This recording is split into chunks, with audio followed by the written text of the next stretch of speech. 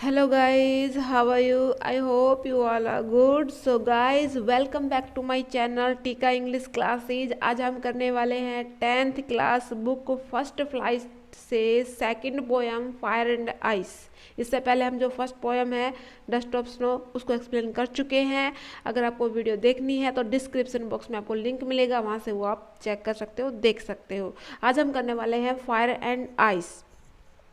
This poem has been written by Robert Frost. ये जो कविता है किसके द्वारा लिखी गई है? रॉबर्ट फ्रॉस्ट के द्वारा लिखी गई है। This poem is a meditation on the end of the world. कहते हैं कि ये जो कविता है संसार के अंत के बारे में एक चिंतन है, ठीक है। और अकॉर्डिंग टू द बाइबल, कहते हैं कि बाइबल के अकॉर्डिंग ये कहा गया है कि the world will and by fire. अब आप बोलोगे कि इसमें बाइबल का कहीं जिक्र नहीं है, तो हम लाइन बाय लाइन एक्सप्लेनेशन लेके चलते हैं जिससे अच्छे से समझ में आ जाएगा कि किस तरीके से बाइबल का जिक्र यहाँ कैसे हुआ है। सम से यहाँ पर दो ग्रुप है, दो ग्रुप के लोग हैं, two kinds of group people they are saying that. Some say कुछ कहते हैं the world will end in fire. Some people say that the world will end in fire. कुछ लोग कहते हैं कि संसार का जो अंत है किसकी वजह से होगा? फायर की वजह से होगा। सम से, और ये जो बात ये कहाँ कही गई है? इट इज़ अ बिलीफ, ऐसा विश्वास किया जाता है that has come from the Bible. ऐसा बाइबल से, ये बातें बाइबल से निकल के आई है। क्या, कहाँ से निकल के? बाइबल से निकल के आई है कि संसार का जो अंत है वो किससे होना है? फायर से होना है। क्लियर? उसके बाद कहता है कि in the Bible there is a description, कि बाइबल के अंदर एक डिस्क्रिप्शन किया गया है, वर्णन किया गया है of the end of the whole words by fire. क्योंकि बाइबल के अंदर ऐसा वर्णन किया गया है कि इस पूरे संसार का जो अंत होना है वो किसके द्वारा होना है? बाइबल के अंदर बताया गया है कि किसके द्वारा होना है? फायर के द्वारा होना है। On the other hand some say in ice. और अगर दूसरी तरफ देखा जाए तो कुछ लोग कहते हैं कि संसार का जो अंत है वो किसकी वजह से होगा? आइस की वजह से होगा।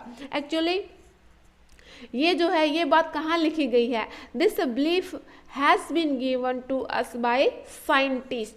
जो साइंटिस्ट हैं वो ये कहते हैं कि संसार का जो अंत है वो किसकी वजह से होगा? आइस की वजह से होगा। क्लियर? आपको अच्छे समझ में आ गया होगा।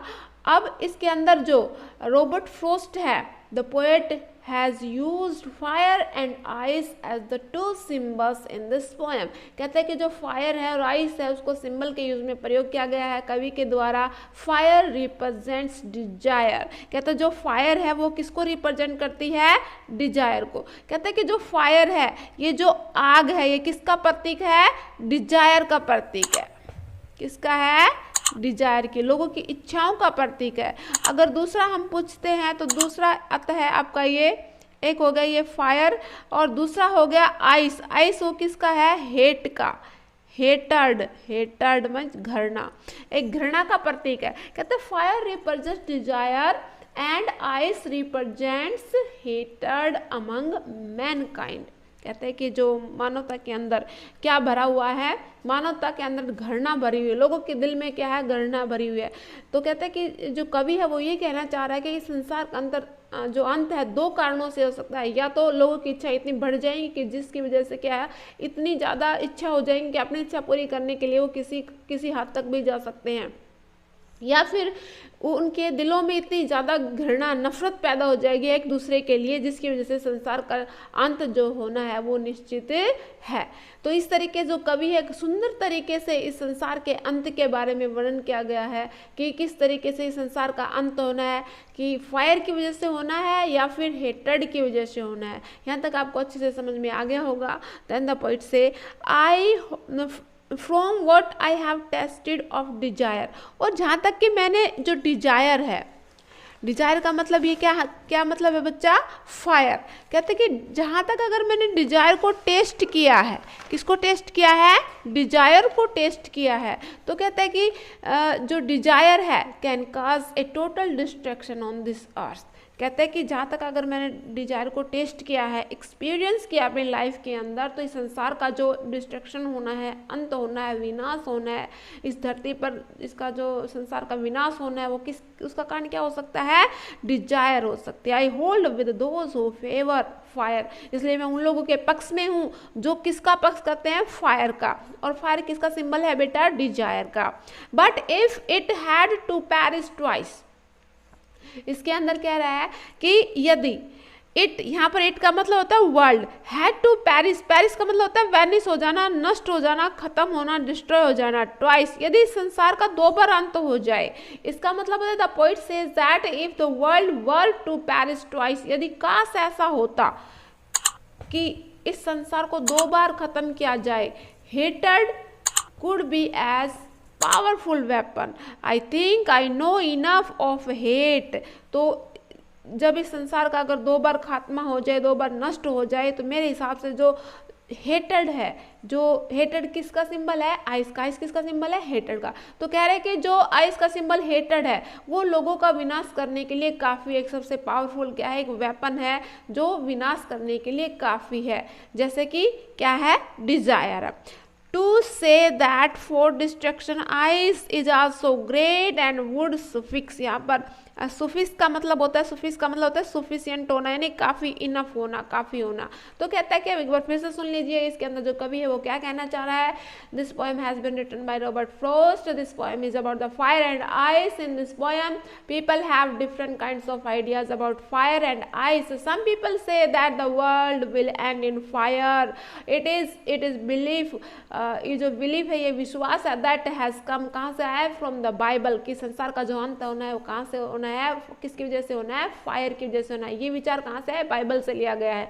ऑन अदर हैंड, दूसरी तरफ अगर देखा जाए, पीपल बिलीव, ये विश्वास करते हैं, क्या विश्वास करते हैं? That the world will end in ice, संसार का जो अंत है वो किससे होगा?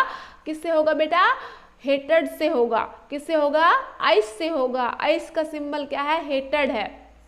जो ये बात कहाँ का, ये बात कौन कह रहा है? साइंटिस्ट कह रहे हैं। On the basis of his test, कवि के टेस्ट के द्वारा, of worldly desire the poet holds with those who favour the biblical point of view. इसलिए जो कवि है वो ये कह रहा है कि मैं उन लोगों के पक्ष में हूँ जो ये कहना चाह रहे हैं कि संसार का जो अंत है किसकी वजह से होगा? फायर की वजह से होगा। The fire of desire can cause a total destruction on this earth. The poet says that if the world were to perish twice, haters could be as powerful weapon of destruction as fire could be. The poet has used fire and ice as the 2 symbols in this poem, and fire represent desire and ice represent hatred among mankind. आपको ये अच्छे से समझ में आ गई होगी बेटा। और इसके अलावा जो कवि है, जो रॉबर्ट फ्रॉस्ट है, कितने सुंदर तरीके से यहाँ पर किसका क्या है? लिटरेरी डिवाइसेस का एक सुंदर तरीके से प्रयोग किया है। तो अब हम करने वाले हैं इसके एक्सप्लेनेशन के बाद जो हमारे लिटरेरी डिवाइसेस है बेटा वो कौन कौन से हैं। सबसे पहले मैं आपको बता दूं कि इसकी राइमिंग स्कीम क्या है। अब देखिए राइमिंग स्कीम को हम कैसे आइडेंटिफाई करते हैं। यहाँ देखिए ये है फायर, फायर से मिलते हुए कौन कौन से वर्ड है बेटा? डिजायर और फायर। तो इसका मतलब इसकी राइमिंग स्कीम क्या हो गई? ए। क्लियर।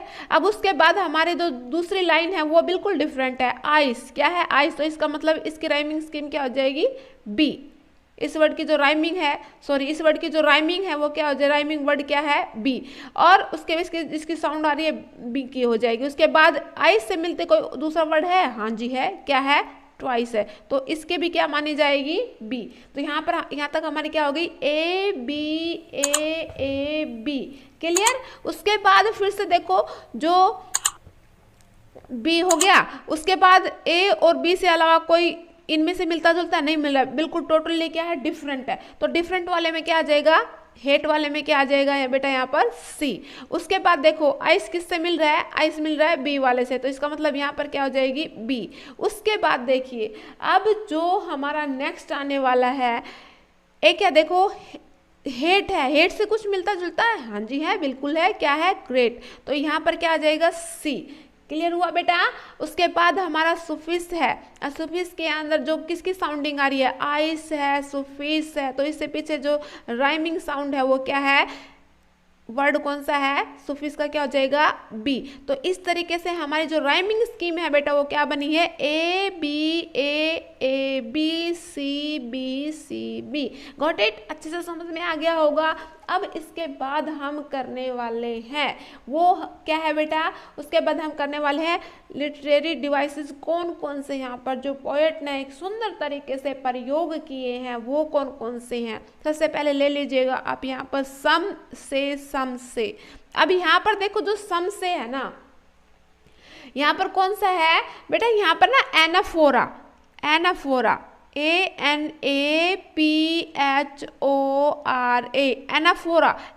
लिटरेरी डिवाइस या फिगर ऑफ स्पीच यूज किया गया है। What do you mean bye anaphora. Anaphora होता क्या है, व्हेन टू और more than line starts with the same word, जब दो या दो से अधिक लाइनें एक ही शब्द से शुरू होती हैं, सेम वर्ड से शुरू होती हैं, तो उस सिचुएशन में हम कौन सा लिटरेरी डिवाइस यूज करते हैं बेटा, एनाफोरा डिवाइस यूज करते हैं। तो यहाँ पर हमारा क्या हो गया है, एनाफोरा हो गया है। क्लियर, यहाँ तक आपको अच्छे से समझ में आ गया होगा। इसके अलावा अगर हम एक और यूज करते हैं, यहाँ पर देखो जब मोर देन टू, दो या दो से ज्यादा शब्द बार बार प्रयोग किए गए, जैसे कि सम है और से है, बार बार रिपीट किए गए, तो इसकी जगह हम क्या कर सकते हैं, रिपीटेशन।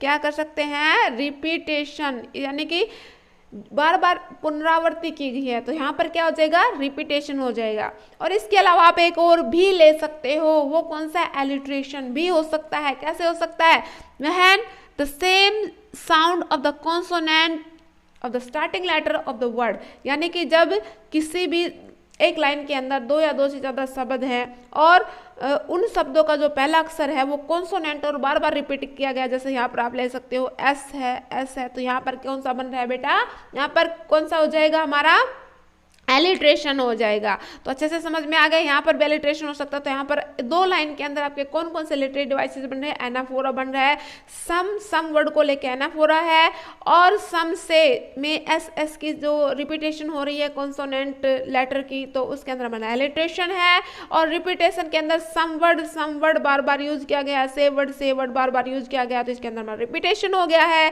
तो यहाँ तक आपको अच्छे से समझ में आ गया होगा, आई होप। इसके अलावा अगर हम दूसरे लेते हैं कौन से लिटरेरी डिवाइसेस यूज किए गए हैं, तो वो हमारा जो नेक्स्ट लिटरेरी डिवाइसेस है वो कौन सा है बेटा, वो है इंजैममेंट। कौन सा है, इंजैममेंट। इन दोनों पैराग्राफ्स के अंदर जो है इंजैममेंट लिटरेरी डिवाइस यूज किया गया है। What do you mean by enjambment, ENJAMBMENT। बेटा इंजैममेंट क्या होता है, देखिए यहाँ पर,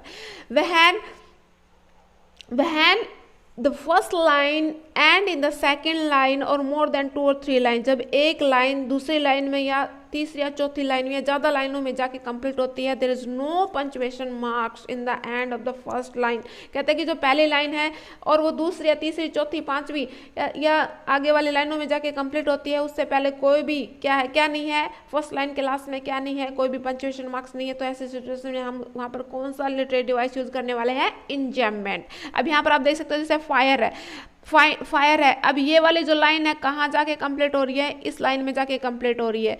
ये वाली लाइन में यहाँ फुल स्टॉप होना चाहिए था लेकिन नहीं है, लेकिन ये कहाँ जाके दूसरे वाले में कंप्लीट हो रही है। क्लियर हुआ। ये जो तीसरी वाली लाइन है ये देखो कहाँ जाके कंप्लीट हो रही है, लास्ट में हो रही है। तो यहाँ पर कौन सा है, इंजैममेंट जो है लिटरेरी डिवाइसेस का यूज किया गया है। तो बेटा आई होप आपको ये जो फायर एंड आइस वाली जो पोएम है that has been written by Robert Frost अच्छे से समझ में आ गई होगी कि कितने सुंदर तरीके से जो रॉबर्ट फ्रॉस्ट है उन्होंने इस कविता को लिखा है, कितने सुंदर तरीके से वर्णन किया है। इसके साथ साथ मैंने आपको लिटरेरी डिवाइसेस का भी एक्सप्लेनेशन कर दिया है और 10th क्लास से रिलेटेड, प्रोज से रिलेटेड, पोइट्री से रिलेटेड, ग्रामर से रिलेटेड आपको सारी वीडियो मेरे जो नीचे डिस्क्रिप्शन बॉक्स दिया गया है उसके अंदर लिंक मिल जाएगा, वहाँ से आप सारी वीडियो देख सकते हो। बच्चे ध्यान याद रहे आपको मेरी वीडियो को लाइक कर देना, चैनल को सब्सक्राइब कर देना और बेल आइकन को प्रेस करना बिल्कुल भी मत भूलना, क्योंकि ताकि सही समय पर आप तक नोटिफिकेशन पहुँच जाए। आज के लिए इतना ही काफ़ी, मिलते हैं नेक्स्ट वीडियो में नेक्स्ट टॉपिक के साथ। Take care.